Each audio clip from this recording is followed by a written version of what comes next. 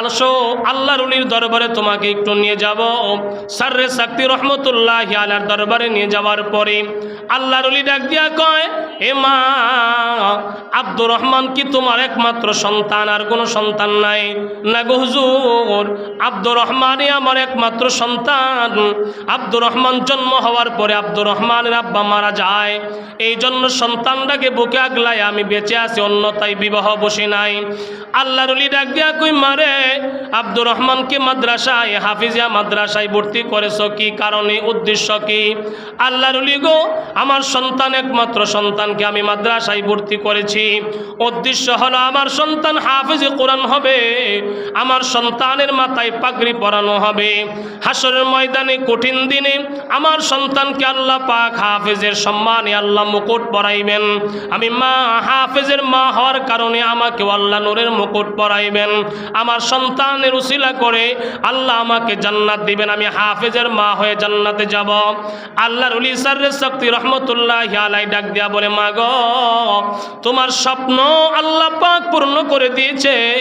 হে মা, তুমি হাফিজে কোরআনের মা হয়ে আল্লাহর কাছে সম্মানিতা হয়ে তুমি জান্নাতে যাইবা।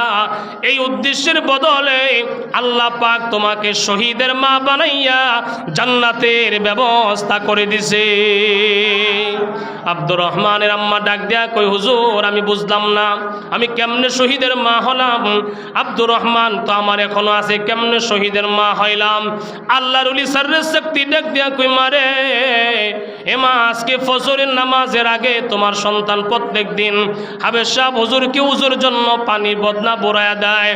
আজকে সকালবেলা ফজরের আজানের আগে তোমার সন্তান আব্দুর রহমান অন্য দিনের মতোই উস্তাদের খেদমত করার জন্যে বদনা দিয়া পানি দিজলার পার থেকে আনতে গিয়েছিল, কিন্তু তোমার আব্দুর রহমান আজকে দিজলার পার থেকে আর ফিরে আসে নাই, মা দুনিয়ার থেকে বিদায় হয়ে চলে গেল।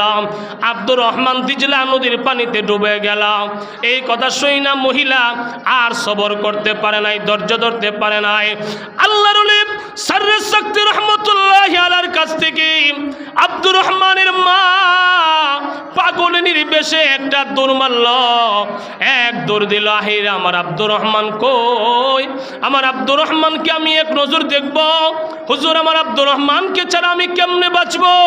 আমার আব্দুর রহমানকে আমি বুকে আগলাইয়া, আমার কত স্বপ্ন ছিল আমার আব্দুর রহমান আমার মা কইয়া ডাকবো, আমার আব্দুর রহমান আমার খেদমত করব। মা দৌড়াইয়া মাদ্রাসায় আসলো, মাদ্রাসার দিজলার গাড়ে আসলো।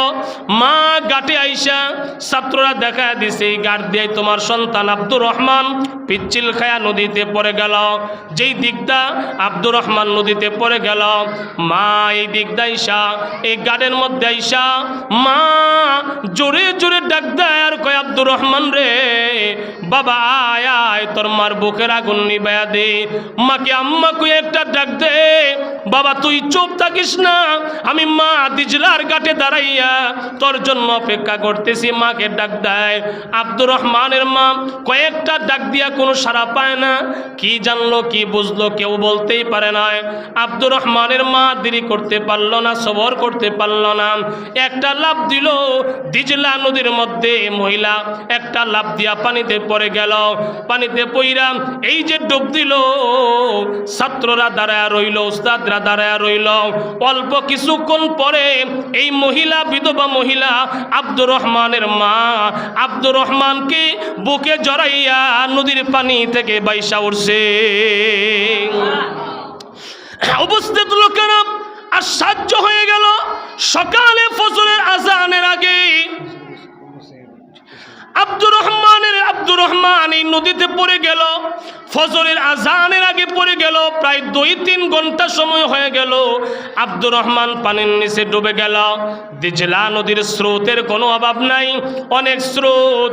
এখানে লাশও থাকার কথা না, বাড়ি অঞ্চলে লাশ বাসায় নেওয়ার কথা, কিন্তু আব্দুর রহমানের মা লাফ দিয়া গিয়া বুকে জড়ায় আনল। আরো আশ্চর্যের কথা হলো, আব্দুর রহমানের মা বুকে জড়াইয়া বাসার পরে তাকায় দেখে আব্দুর রহমান মরে নাই, আব্দুর রহমান এখনো জিন্দা আছে। আল্লাহু আকবার বলেন। আব্দুর রহমান মরে নাই, এখনো জিন্দা। আব্দুর রহমানকে নিয়ে মা পানির নিচ থেকে বাইসা উঠছে। উস্তাদরা আর দেরি করলেন না, সররে সাক্তির কাছে গেলেন। সররে সাক্তি রহমতুল্লাহি আলাইহি জুনায়েদ বাগদাদির কাছে গেল। কেমনে হলো 3-4 ঘন্টা পানির নিচে পড়ে রইল। আব্দুর রহমান তো মরে যাওয়ার কথা মরল না, আব্দুর রহমান তো এখান থেকে বাটি দেশে বেশি যাওয়ার কথা যাইল না। মা কেমনে এখান থেকে গিয়া বের করে নিয়ে আসলো। আল্লাহর ওলি ডাক দিয়া কই, শোনো, তোমরা কি রসুলের নবীর সেই হাদিস পড়ো নাই? নবীর সেই হাদিস তোমরা কি পড়ো নাই? আল্লাহর হাবিব বলেছেন, মাদ্রাসার ছাত্র তলেবুল ইলম কোরআনওয়ালা ছাত্রদের জন্য আল্লাহ পাক এই মাখলুকগুলাকেও দোয়া করার জন্য আদেশ করেছেন। গর্তের পিপিলিকা দোয়া করে, সমুদ্রের মাছও দোয়া করে। আব্দুর রহমান হলো ছাত্র তলাবা, আব্দুর রহমান কোরআনের পাখি, আব্দুর রহমান আল্লাহর কালাম পড়ে। আব্দুর রহমান যখন পানির নিচে পড়ে গেল, তখন সমুদ্রের মাছগুলাকে মহান আল্লাহ আদেশ করলো, মাছেরা তোমরা না ছাত্র তলাবা মাদ্রাসার ছাত্রদের খেদমত করতে চাও? আমার আব্দুর রহমান পানিতে পড়ে গেছে, খেদমত করার প্রয়োজন হলে এখন খেদমত করো।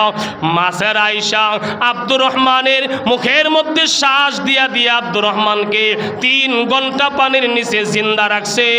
এবং আব্দুর রহমানের মার ইমানের পাওয়ারের কারণে আব্দুর রহমানের মা ডুব দিয়া জিন্দা আব্দুর রহমানকে পানির নিচ থেকে উঠায় নিয়ে আসছে।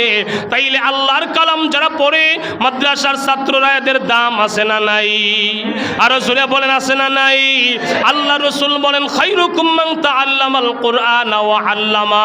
আল্লাহ রসুল কয়, আরে দাম কত জানো?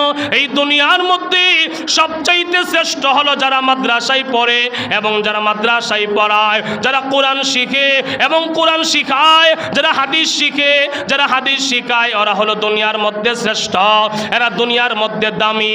এই যে মাদ্রাসায় মদিনা, এখানে কোরআন পড়ানো হয়, এখানে কোরআন পড়া হয়, উস্তাদ ছাত্র পড়ায়, ছাত্র উস্তাদ থেকে পড়ে, আল্লাহর কালামের দর্স দেওয়া হয়। আমার ভাইয়েরা, এটা দুনিয়ার সবচেয়ে দামি জায়গা। এইখানে দুনিয়ার সবচেয়ে দামি মানুষ থাকে, এখানে ছাত্ররা থাকে। এই মাদ্রাসা যদি থাকে তাইলে দুনিয়া থাকবে, মাদ্রাসা থাকবে না, দুনিয়া থাকবে না। এমন মাদ্রাসা থাকার দরকার আছে না নাই? জোরে কোন। কোরআন পড়নেওয়ালা ছাত্র থাকার দরকার আছে না নাই? আমাদের হাফেজ সেলিম ভাই এই মাদ্রাসাটা পরিচালনা করতেছেন। ছাত্ররা কোরআন পড়ে সকাল থেকে নিয়ে সন্ধ্যা, সন্ধ্যা থেকে সকাল, 24 ঘন্টা নিখুঁত কোরআনের মেহনত এই মাদ্রাসার মধ্যে চলতেছে। উনি যে খেদমত করতেছেন, এমন খেদমত আমাদের করার দরকার আছে না নাই? আরো জোরে বলেন, দরকার আছে না নাই? আল্লাহ ওনাকে ইলম দিছেন, ইলম দিয়া ছাত্রদেরকে শিক্ষা দিচ্ছেন। আল্লাহ আমাদেরকে ইলম যদিও না দেয়, আল্লাহ আমাদেরকে মাল দিছেন, আল্লাহ আমাদেরকে জান দিছেন, আল্লাহ আমাদেরকে সন্তান দিছেন। আমার আপনার সন্তানরাই মাদ্রাসায় মদিনায় দিব। আমার আপনার জীবনের একটু দোয়া এই মাদ্রাসার জন্য করব। আমার আপনার মাল থেকে অল্প কিছু মাল এই মাদ্রাসার খেদমতে দিতে রাজি আছেন তো? ইনশাআল্লাহ রাজি আছেন? ইনশাআল্লাহ কে কে রাজি আছেন? 2টা হাত তুলে আল্লাহকে দেখান, নারে তাকবীর। কোরআন সুন্নাহ যেখানে, আল্লাহ কবুল করো, আমিন বলেন। আমার ভাইয়েরা, পীর সাহেব হুজুর দামাত বারকাতুম চলে আসবেন, বেশি লম্বা আলোচনা হবে না, এখানেই হুজুর চলে আসবেন অল্প সময়ের মধ্যে ইনশাআল্লাহ। তাইলে 5টা মিনিট যদি আমি আপনাদেরকে কোরআনের খেদমত করার কথা বলি, করবেন তো ইনশাআল্লাহ? করবেন তো ইনশাআল্লাহ? আমি কয়েকজন লোক চাই নিজের খুশিতে যে আমি ইনশাআল্লাহ এই মাদ্রাসার জন্য 1000 টাকা, 2000 টাকা, 5000 টাকা মাদ্রাসার জন্য দিব, এমন আসেননি? নগদ ইনশাআল্লাহ থাকলে আপনার কাছে 1500 কয়েকটা নাম ইনশাআল্লাহ হুজুর চলে আসছেন। নারে তাকবীর, জোরে নারে তাকবীর।